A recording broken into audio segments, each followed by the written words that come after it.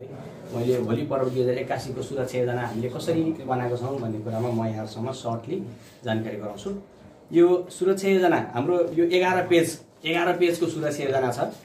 यो 11 पेजको जुन सुरक्षा योजना छ, यो 11 पेजको सुरक्षा योजनालाई मैले चाहिँ सर्टमा यो एक पेज राखेको छु। यसको बारेमा म यहाँलाई जानकारी गराउँछु। अब यसमा यो सुरक्षा योजनाको उद्देश्य के छ भन्दा सुरक्षित तथा व्यवस्थित तरिकाले होली पर्व 2081 सम्पन्न गराउने हाम्रो जिल्ला प्रहरी कार्यालयको उद्देश्य हो।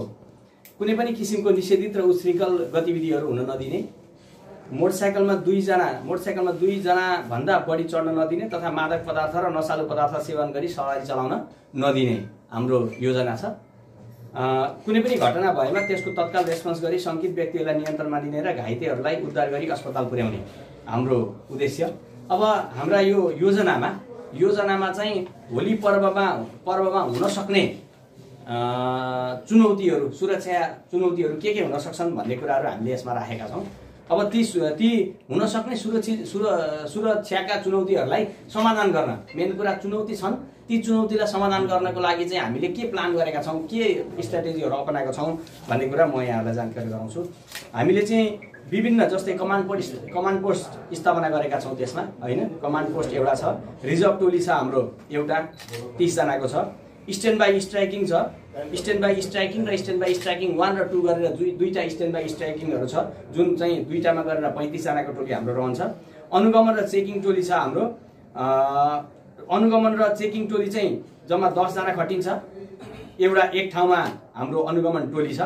त्यसपछि गाडी मोबाइल 6 वटा छ। गाडी मोबाइल 6 वटा मोबाइलले चाहिँ गस्ती गर्छ र आवश्यकता अनुसार सरप्राइज चेकिङ पनि गर्छ। जस्तै मोबाइल गाडी केही समय 5 किलोमिटर कुद्ला या 3 किलोमिटर कुद्ला, अनि त्यसपछि त्यहाँ केही छिन होल्ड गरेर सरप्राइज चेक, त्यही टोली ओर्लेर मोबाइल गाडीको टोली ओर्लेर चेक पोइन्ट थाप्छ। अनि फेरि 10 मिनेट 15 मिनेट जति चेक गर्छ। त्यसपछि फेरि नेक्स्ट टाइममा अर्को ठाउँमा गएर सरप्राइज दिए, किनभने मान्छेहरूलाई यो स्ट्याटिक एकै ठाउँमा चेक पोइन्ट छ भन्ने थाहा भयो भने मान्छे अर्को बाटो प्रयोग गर्न सक्छ।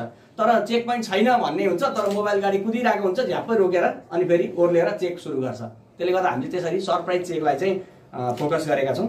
अनि आकस्मिक मोबाइल चेकिङहरू छन् हाम्रो 7 वटा, जसमा 28 जना प्रहरी खटिन्छ। अनि क्युआरटी गस्ती छ हाम्रो 45 वटा क्युआरटी गस्ती, जसमा 90 जना प्रहरीहरू खटिन्छ। एउटा मोटरसाइकलमा 2 जनाका दरले हाम्रो खटिन्छ। अनि ट्राफिक सहितको चेक पोइन्ट चाहिँ हाम्रो 25 स्थानमा हुन्छ, 102 जना प्रहरी कर्मचारीहरू हाम्रो खटाउँछौँ हामी।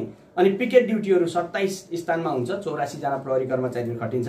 पैदल गस्ती 20 ठाउँमा हुन्छ, 80 जना प्रहरी कर्मचारीहरू खटिन्छ। अनि खबर सङ्कलनको लागि 2टा टिम हुन्छ, एउटा टिममा 3 जना गरेर हामीले खबर सङ्कलनको लागि हामीले परिचालन गर्छौँ। त्यसले यस्तो यहाँ गर्दा जम्मा हाम्रो 523 जना प्रहरी कर्मचारीहरू चाहिँ एट अ टाइम हाम्रो होलीको दिन हामी खटाउँछौँ त्यो सुरक्षाको लागि। अनि अब यसका लागि हामीले के प्रयोग गर्छौँ भन्दा हामीले सुरक्षा निगरानीको लागि ड्रोन प्रयोग गर्छौँ, जुन ड्रोन हामीसँग यहाँ अलरेडी छ। यो ड्रोनले हामीले मेन बजारहरूमा ड्रोनबाट हामी निगरानी गराउँछौँ। अर्को, सबै वडा एरियामा जिङ्गल तथा माइकिङ गर्ने व्यवस्था मिलाएको छौँ। हामीले चाहिँ यो होली चाहिँ सुरक्षित तरिकाले मनाऊँ, यो कुराहरू नगरौँ, यो कुराहरू गरौँ भनेर एउटा जिङ्गल तयार गरेका छौँ। त्यो जिङ्गल पनि अब हामीले हाम्रो सबै युनिटहरूमा पठाएर युनिटबाट चाहिँ माइकिङ गर्ने काम हामी गर्छौँ। अर्को, सीमा नाका हेर्ने प्रहरीकाहरूले भारतीय प्रहरीसँग आवश्यक समन्वय गरी नाकामा हुने गैरकानुनी क्रियाकलापहरूलाई नियन्त्रण गर्ने चाहिँ काम सीमा नाकामा भएका प्रहरीले गर्छन्। जबरजस्ती रङ दल्ने, लोला हान्ने, मापसे र लापसे लागु पदार्थ सेवन गरी हल्ला गर्ने तथा ट्राफिक नियमको उल्लङ्घन गरी सवारी चलाउनेलाई कानुन बमोजिम कारबाही गरिनेछ।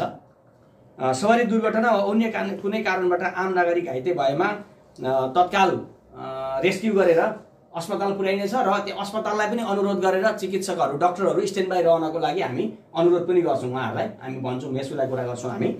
अर्को, जिल्ला प्रहरी कार्यालयका सम्पूर्ण प्रहरी कर्मचारी हो, जति पनि प्रहरी कर्मचारी छन् जिल्ला प्रहरी कार्यालय अन्तर्गत, ती सबै स्ट्यान्ड बाई रहन्छन्, सबै चुस्ता ड्युटीमा रहन्छन्, सबै स्ट्यान्ड बाई रहन्छन्। आवश्यक पर्दा ती सबै टोलीहरू खटिएर जान्छन्। र अन्य सुरक्षा निकायहरूसँग समन्वय गरिनेछ, किनभने हामीभन्दा अन्य सुरक्षा निकायहरूसँग पनि छन्, उनीसँग पनि हामी समन्वय गर्नेछौँ। र अर्को, जिल्ला प्रहरी कार्यालय सप्तरीले सभ्य, भव्य र सुरक्षित होली पर्व 2081 होली पर्वमा 2081 सालको होली पर्वमा सम्पूर्ण नागरिकहरूलाई शुभकामना व्यक्त गर्दछ। हस्, धन्यवाद, नमस्कार।